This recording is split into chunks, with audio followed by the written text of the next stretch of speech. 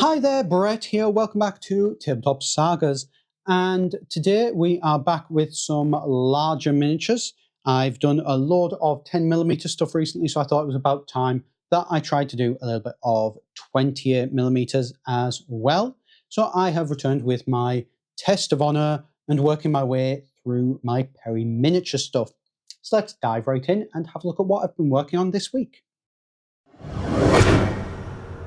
So here we've got a good selection of miniatures here. So we've got 3 ashigaru archers, 3 ashigaru musketmen, and then an ashigaru command, or at least that's what they all count as in the Test of Honor rules that I've been playing with these miniatures.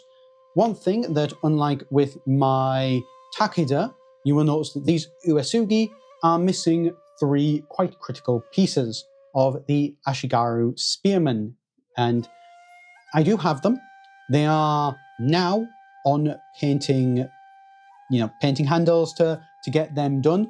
The reason why they didn't get painted along with these though is basically I ran out of 25mm bases.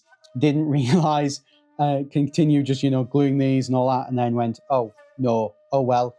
So I've just continued on with what I've got here, which is a bit of a shame because, to be perfectly honest, the spearmen are probably the main chunk of this upgrade phase for the Uesugi that they desperately need. But hey, we've got what we've got.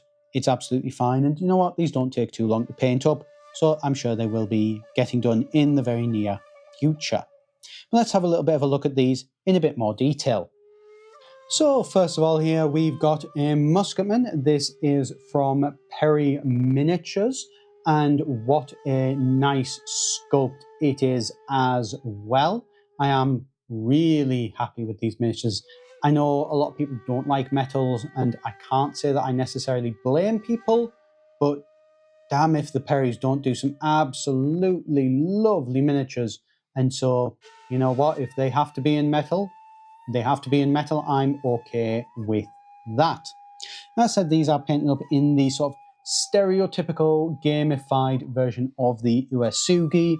So rather than them being all just a hodgepodge of different armored colours and kind of whatever they can loot and get and all that sort of stuff, I've painted them all in this very distinctive purple.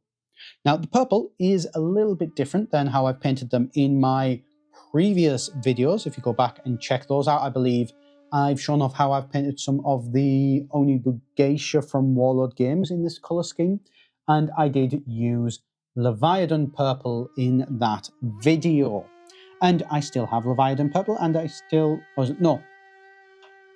Leviathan Purple, just got it right here, Leviathan Purple. This is the one that I had previously used, and don't get me wrong, it's a lovely colour and I would still very much recommend using it. I just happened to pick up the wrong purple when I started painting these, and I picked up this contrast paint Shaiish Purple from Citadel, and to be honest, actually, it was a little bit more desaturated than Leviathan, but I didn't hate it either. It was one that could be highlighted up with a nice lilac to pretty decent effect, to be honest. The only thing I would recommend, though, is absolutely on these hats. I can't remember exactly what the Ashigaru helmets are called. Do not try and use contrast paint on them. They're too smooth, they're too flat, did not work when into a patchy mess. So I've just painted those up using some traditional acrylics.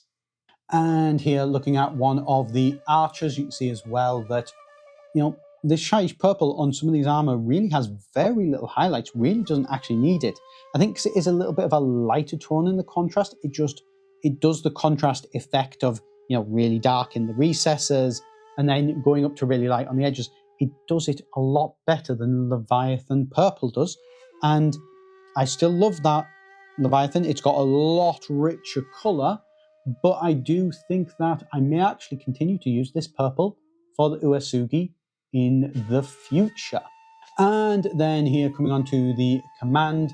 This command is from Grey for Now Games, so the previous ones were all Perry's.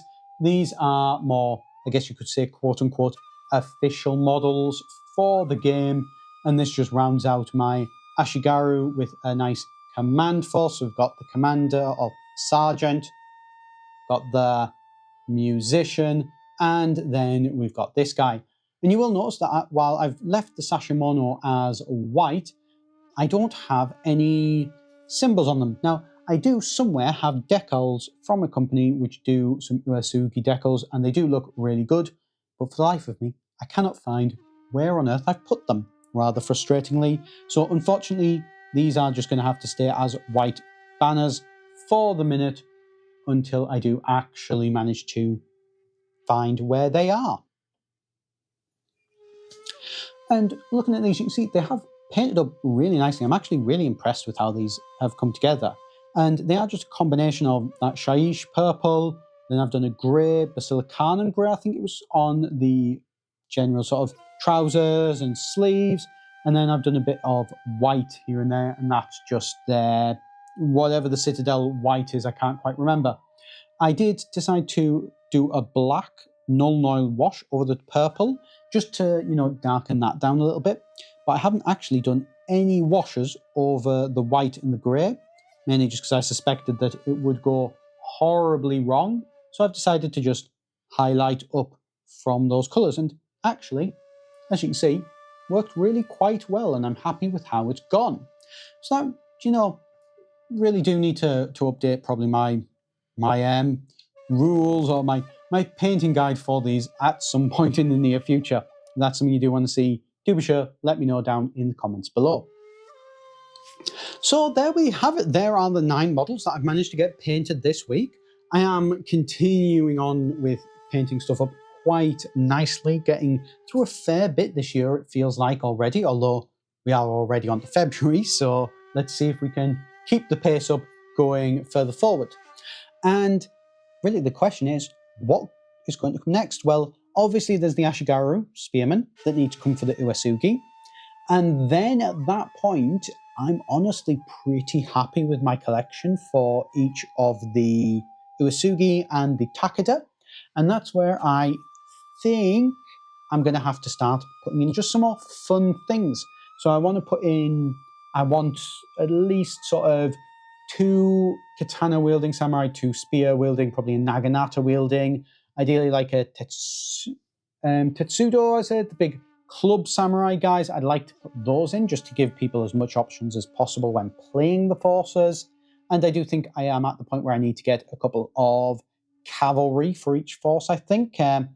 Not sure what I'm going to do with those, because I'm not a massive fan of metal horses in particular. I find they are quite brittle on the ankles. So I may have to look at some plastics and actually bringing some plastics into this range.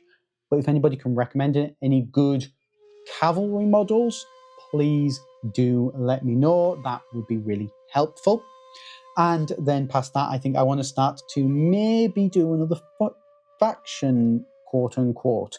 And that would not be another samurai faction. I think I want to do a kind of ikoiki or monk faction. So obviously some Buddhist monks, plus maybe some peasants helping out the monks, I think could be really nice as well. So that's where I think I'm going to go. I'm not 100% sure. I also do have some ninja as well. And while really not historically accurate really in any sort of game sense, the ninja, they just kind of are a fun quintessential thing when you think of this sort of, high, exaggerated samurai world that Test of Honor seems to be attempting to recreate. So that's where I'm at the minute, and that's what I'm thinking. What do you think? Where would you go? Where would you expand? I've got Onibu Geisha, I've got ashigaru, I've got some samurai. I really do have a nice force, so it is now at the point of just kind of picking what takes my fancy. So if you do have any suggestions, let me know down below, and if it is something that's worth exploring, and I may well take up your idea. As always though, while you're down there, do be sure to hit that subscribe button if you would like to see more content coming out. I am really pushing this year to try and get as much out for you as I can, so do keep tuned for that. As always though, I'm Brett here at Tabletop Sagas. Thank you very much for watching, and I'll see you in the next video.